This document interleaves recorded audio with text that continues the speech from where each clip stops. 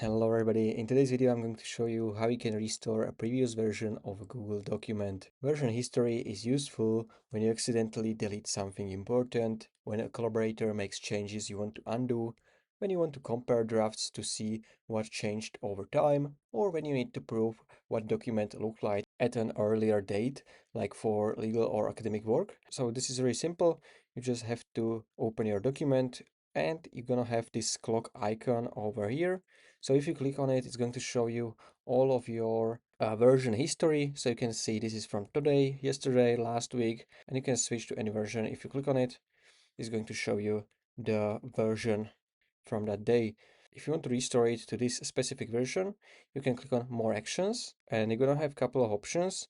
You can create completely new copy of this specific version, or you can restore this version. If you click on it, then click on restore again, and it's going to restore that specific version. And if you are worrying that your last version might get lost, you don't have to, because it's not going to be deleted or something. You can again click on this clock icon and you can switch to the latest version you was working on anytime.